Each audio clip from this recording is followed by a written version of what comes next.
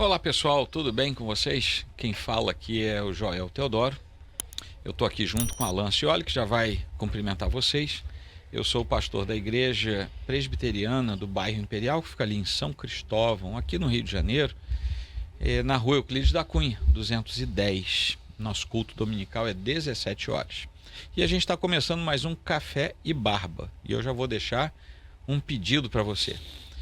Você nos ajude a divulgar, claro, se você gostar, você divulga, fala para as pessoas, manda link, e com isso aí você nos ajuda aqui também. Nós temos dois grandes parceiros, o estúdio Café Cast, que é de onde nós estamos falando agora. Os dados vão aparecer aí, se você precisar do serviço deles, faça contato. E o Café com Aslan, como eu costumo dizer, é o melhor café do Rio de Janeiro, fica aqui no centro, pertinho da Praça da Cruz Vermelha. Café com Aslan, Rua Ubaldino do Amaral 80. E eu estou aqui mais uma vez com o Alan Cioli, que é pastor da onde, Alan?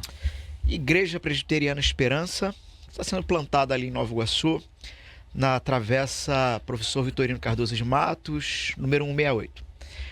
Culto domingo de manhã, 10 horas e 18 horas. E estando por ali, venha nos conhecer. É isso.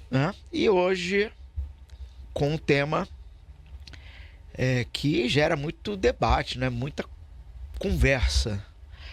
A liberdade religiosa no cenário global. Como é que a gente começa esse assunto?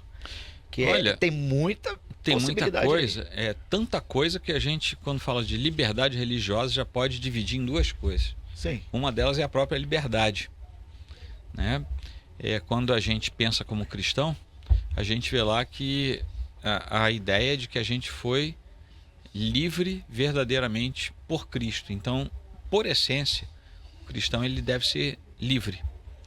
Que nem passarinho, ele não pode estar dentro da gaiola. Mas quando a gente fala de liberdade religiosa, a gente fala da expressão da fé das pessoas. E eu queria fazer uma parte aqui, a mim mesmo, já que não é você que está com a palavra. Cristãos, principalmente protestantes e particularmente reformados, como é o caso da gente, que é presbiteriano, quando fala de liberdade religiosa, é de toda a liberdade religiosa. A gente não fala de liberdade religiosa cristã. Sim. A gente fala de liberdade religiosa. E por que para a gente isso é tão natural? Porque nós cremos que Deus predestinou os seus filhos, aqueles que serão salvos. Não é por causa da coerção religiosa que alguém vai ser salvo. Não é porque você ameaça explodir o outro se ele não se converter para o seu Deus, Sim, que ele vai ser salvo. É porque Deus quis salvar. Então, por causa disso, se tem uma religião no mundo que quer que todas sejam livres, são cristãos, protestantes, reformados. E nós estamos dentro disso aí, ou seja, a nossa expressão de fé também quer ser livre, mas não apenas a nossa, todas as expressões de fé. Isso é liberdade religiosa, Sim.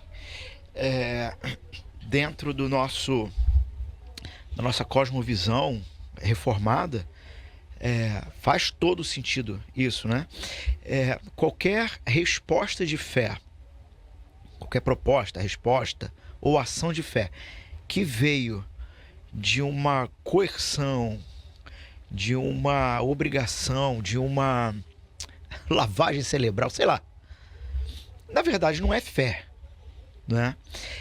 então você impor uma fé ou simplesmente dizer que não pode ter fé nenhuma, tanto um contra o outro, tanto um Estado que obriga uma religião quanto um Estado ateu, na verdade nós vamos ser contra as duas possibilidades. Isso. Totalmente. E até porque a gente pode se lembrar das raízes, de onde vem essa ideia de liberdade religiosa. Porque isso não nasceu com o ser humano. Em algum momento isso apareceu na história. E na história não tão distante assim.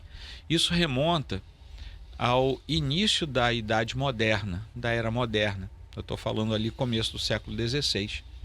E um dos elementos que estimulou essa ideia de liberdade religiosa foi exatamente a Reforma Protestante.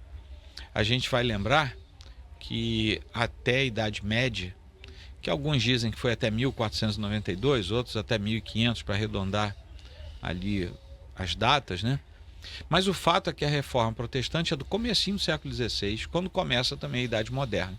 Então as coisas estão meio casadas ali, né, em termos de data. A invenção da imprensa. Ali começa a ideia de que você deve ter liberdade para professar a sua fé. É claro que num mundo totalmente esfacelado, ainda existem e vão existir sempre expressões religiosas que se arvoram o direito de eliminar as outras ou os crentes de outras religiões, porque eles entendem que os infiéis devem ser mortos, e todo mundo que não é da sua expressão de fé é um infiel. Então isso vai existir sempre, mas não é assim que a gente crê. A gente é contra isso, né? Até porque, e aí eu vou mandar uma bola pro teu pé aqui agora. Existe uma relação, né, Alan, não entre o coletivo, mas entre o sujeito. É o indivíduo e a sua fé. Obviamente, entre o indivíduo e a divindade em que ele crê, né? Sim. Essa correlação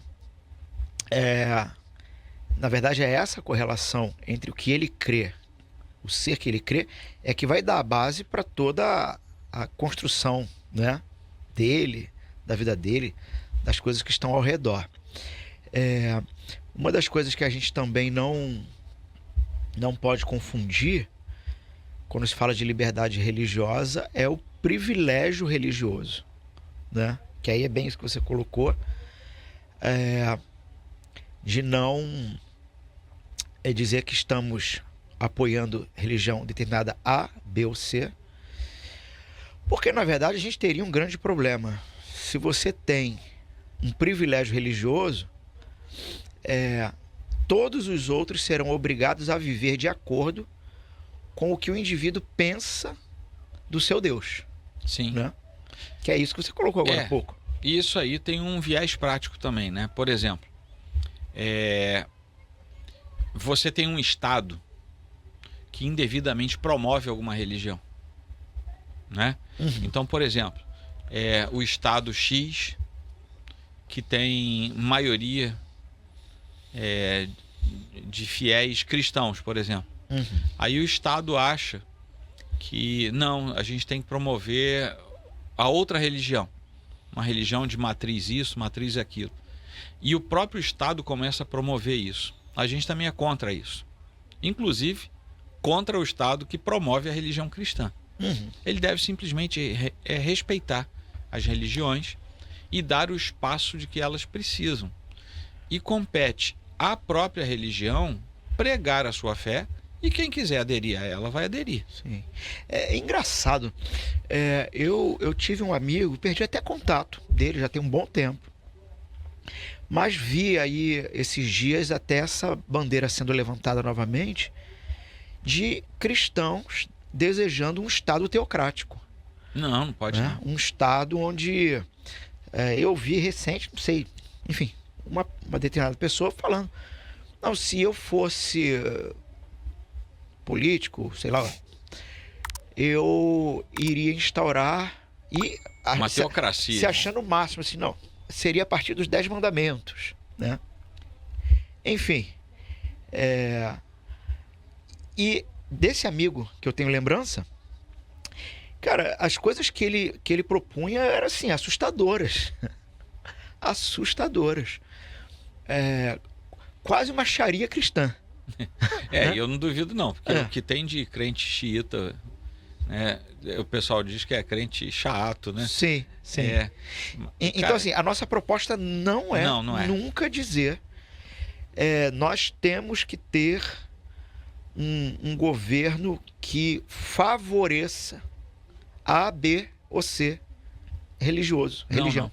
A liberdade é para todos. A gente Sim. falou num programa recente sobre os magistrados, né, quando a gente falava de outro tipo de relação, e é exatamente isso. Uma das funções do Estado é preservar aqueles que na sua religiosidade, promovem o bem. Não estou falando do bem para a salvação, estou falando do bem Comum. ali, comum. A pessoa está ali, não tem problema. É claro, né, o Alan, Estar em algum nível de paz. é claro que dentro da estrutura social e humana é possível, e a gente já viu isso acontecer, que pessoas se escondam por trás de uma agremiação religiosa para fazer o que não presta. É da competência também do Estado investigar isso. E se houver um desvio, não, isso não é bem uma religião, isso é uma outra coisa. Vai lá e faça cumprir a lei. Né? Não tem isso.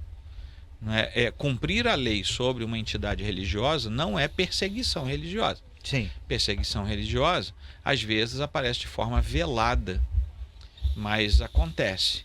Né? Quer ver um negócio que é bobo? Você é pastor, eu sou pastor. Vamos resolver documentação da igreja em cartório. Aí você vai ver o que é bom para tosse. Difícil. Cartório, não sei no resto do Brasil, mas no Rio de Janeiro, se você vai lá para abrir um botequim é uma coisa. Se você vai lá para abrir uma igreja, não estou falando da abertura em si da pessoa jurídica, mas do estabelecimento documental, você vai tudo que vai envolver isso, né? vai registrar um estatuto da sua igreja para você ver quantas vezes você vai a um cartório. Aí você pega outra pessoa de outra finalidade que não seja culto cristão, ou de outra, que não precisa ser de outra religião, mas de outra coisa. Sim. A pessoa vai lá, conserta uma coisinha e pumba, já está com o estatuto na mão. Então existe sim, né, uma má vontade que esconde um senso de perseguição. Sim. Né? Isso acontece. Sim. E você deu o exemplo do cartório. Não é uma questão pontual do indivíduo que está no cartório. Às vezes o cara que está ali, ele é um religioso, até um cristão às vezes. Mas ele está seguindo as regras que foram impostas, né, para documentação religiosa. Então assim, o que eu estou querendo dizer? Uma má vontade que não é do indivíduo que está ali. É institucional. É institucional.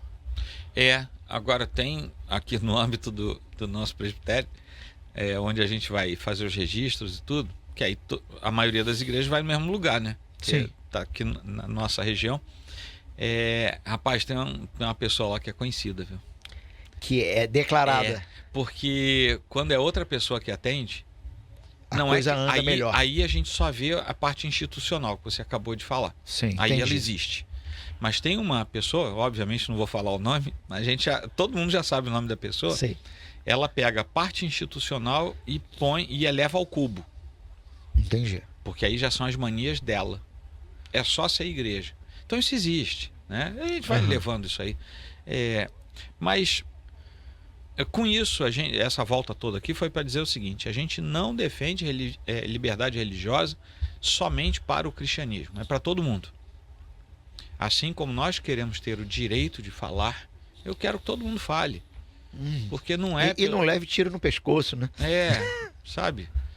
Porque é por isso que no começo eu falei que já existe a necessidade de estudar e de falar até sobre o que é liberdade, sem a religiosa. Sim. Liberdade religiosa, vamos falar só de liberdade.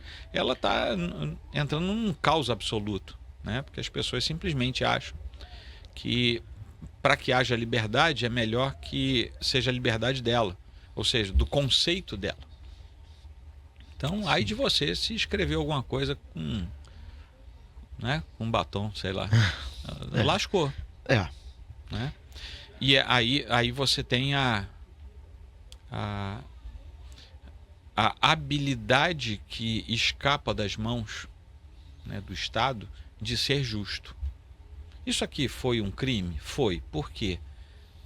É de maior gravidade? Não. Então vamos dar uma pena adequada? Sabe, isso aí foi eliminado. Sim. Até porque a pena, ela posso estar errado, e aí os juristas podem comentar aí, mas ela acaba cumprindo, ao meu ver, pelo menos duas funções, né? Não somente de retribuir de forma justa ao crime cometido, seja ele qual for, mas também para mostrar para outras pessoas que elas não devem fazer a mesma coisa. Sim. Porque se fizerem... É didático, né? É didático. Agora, o que tem acontecido, quando a gente fala de liberdade religiosa, alguns desses últimos assustadores momentos que nós temos visto no Brasil, por exemplo, eu não sei se você já notou, Alan, mas uma parte considerável das pessoas apenadas é cristã. Não, Nunca tinha prestado atenção não nisso? tive essa percepção. É. Começa da velhinha com a Bíblia na mão, Sim. né? E, sabe, lá no fundo, existe também alguma coisa que diz, cara, se a pessoa é cristã, aproveita para dar uma marretada, Sim. sabe? Então tem isso. A- Depois você presta atenção nisso aí. E até porque, assim, e é uma coisa assim, né? Não é da índole deles, dos cristãos, a revolta violenta. É. Então, vamos castigá-los. Não é comum ver revolta violenta. Bom, o que nós já vemos em outros lugares é um índice elevado de perseguição, né? Perseguição a algumas religiões, mas majoritariamente ao cristianismo. Então, por exemplo, há lugares em que não pode ter, são proibidos. Testemunho de Jeová, outros tipos de religiões animistas podem ser proibidas. Mas o grande índice de perseguição e de proibição é em relação ao cristianismo. Sim. Porque, olha só, nos estados teocráticos ou de maioria islâmica, as religiões são proibidas. Na maioria dos casos, elas são proibidas. Uhum. E às vezes a pena é a própria morte, né? O aprisionamento ou a morte. Não raras vezes a morte. Quando você vai para estados totalitários de opção marxista, seja stalinista, trotskista, leninista, seja lá o que for, maoísta, o cristianismo é sempre a grande vítima. Uhum. O cristianismo ocidental. Por que eu digo isso? Porque, por exemplo, na China existe um cristianismo que eles resolveram aceitar. Um cristianismo que está de mãos dadas com o Estado de alguma maneira. Que é regulado pelo Estado. Sim. Inclusive, eu li a semana passada que os hinos estão passando por uma revisão, porque agora eles têm que exaltar a China, né, o Estado. Que loucura, né? Não pode mais exaltar Deus. Deus fica ali num segundo plano, porque é o Estado. Na antiga União Soviética, por exemplo, se permitia o culto ortodoxo, mas regulado também pelo Estado soviético. Ou seja, era censurado, previamente censurado, né? Eles tinham que enviar os textos para saber se podia falar sobre aquilo ou não. Então, em alguns estados existe um tipo de seleção. Uhum. Em outros, se tolera, mas podendo, persegue, né? Então a gente vê um caos na Ásia, no Oriente Médio, na própria África. A África hoje é majoritariamente cristã. Do meio para o sul é majoritariamente cristã. E mesmo assim o cristianismo é muito perseguido. Uhum. Então, o cristianismo vai ser sempre perseguido. Por quê? O verdadeiro cristianismo, ele não anda de mãos dadas com intolerância, com arrogância política, com estado de exceção político, com ideologias que marginalizam o ser humano, e também não vai ser tolerante com a perseguição aos outros. Sim. Né? Sim. Bom, obediência às autoridades. Dentro, então, dessa reflexão, né? Até onde vamos, até onde não vamos. Eu me lembro de uma vez uma pessoa me perguntar isso. E eu falei para ele, olha, importa obedecer a Deus. O Estado é óbvio, nós somos, bom, pelo menos eu sou, né? Contra o Estado grande e impostos absurdos e enfim. Mas o governo colocou, tá, vamos obedecer. Eu vou continuar dizendo que sou contra. Eu tenho que ter o direito de dizer que não gosto, né? Mas vamos obedecer. Mas eu vou desobedecer quando o Estado impor alguma lei que me leve a pecar. Sim. Né? Então, não sei, vamos supor, uma loucura aqui. O Estado agora diz que você tem que ter 2 esposas, tem que ter 2 mulheres, né? Não. E se não tiver, vai ser preso. Então vamos ser presos. Então, um exemplo aqui, Aham. né? Nós obedecemos, nós oramos ao Senhor sobre os líderes e tudo mais, mas há um limite, há um momento em que há a desobediência às autoridades, que é quando claramente elas, não somente elas se propõem a serem inimigos declarados de Deus, mas querem nos obrigar a viver conforme os pressupostos deles, né? A gente chama isso de desobediência civil, né? Sim. É quando você diz, não, daqui eu não posso passar, tem uma linha vermelha, a minha consciência não me permite ir além disso. E a gente deve defender essa possibilidade, só que a gente já sabe que se você chegar nesse impasse, é porque você vai ser penalizado se passar, né, se refrear a sua vida antes de ultrapassar a linha vermelha. Não só a gente, mas qualquer outro fiel de outra religião que tomar a mesma iniciativa também vai ser penalizado de alguma maneira, né? A lei vai certamente mostrar alguma alternativa para apenar as pessoas, né? E aí, rapaz, a gente tem que pensar, bom, diante de tudo isso, o que a gente vai fazer? Sim. Porque é possível que cheguem tempos. No início da igreja, por exemplo, os cristãos lidavam com as ondas de perseguição o tempo todo. É claro que a gente não está falando de um período de falta de liberdade religiosa generalizada, porque havia até uma libertinagem religiosa, né? O panteão divino dos romanos era um negócio impressionantemente grande. Uma das características do avanço do império, das fronteiras do Império Romano, era trazer para si os deuses dos povos conquistados. E eles tinham um princípio de permissão para que alguns raros casos não se tornassem politeístas. No caso de Israel, por exemplo, né, dos praticantes do judaísmo, eles podiam se manter venerando e adorando apenas o Deus dos seus pais, Yahvé. Mas os outros povos, quase todos, eram não só absorvidos, como tinham que absorver também o resto dos deuses. Mas até que chega uma hora que o cristianismo incomoda. Isso ali pela metade do primeiro século já estava acontecendo. E os cristãos tiveram que se adaptar. A gente vai morrer, a gente vai ser torturado, a gente vai ter nossos bens levados, alguma coisa vai acontecer. E a igreja sobreviveu. Passou, não sem dor, mas passou por esse tempo. E eu não sei, sabe, Alan, se ao redor do mundo tem muita gente que passa pela mesma Sim. coisa, né? Tem aquele ministério Portas Abertas, né, que nos relata sempre coisas assim dramáticas. E a gente abre o jornal, quase não vê nada disso, porque não dá ibope, né?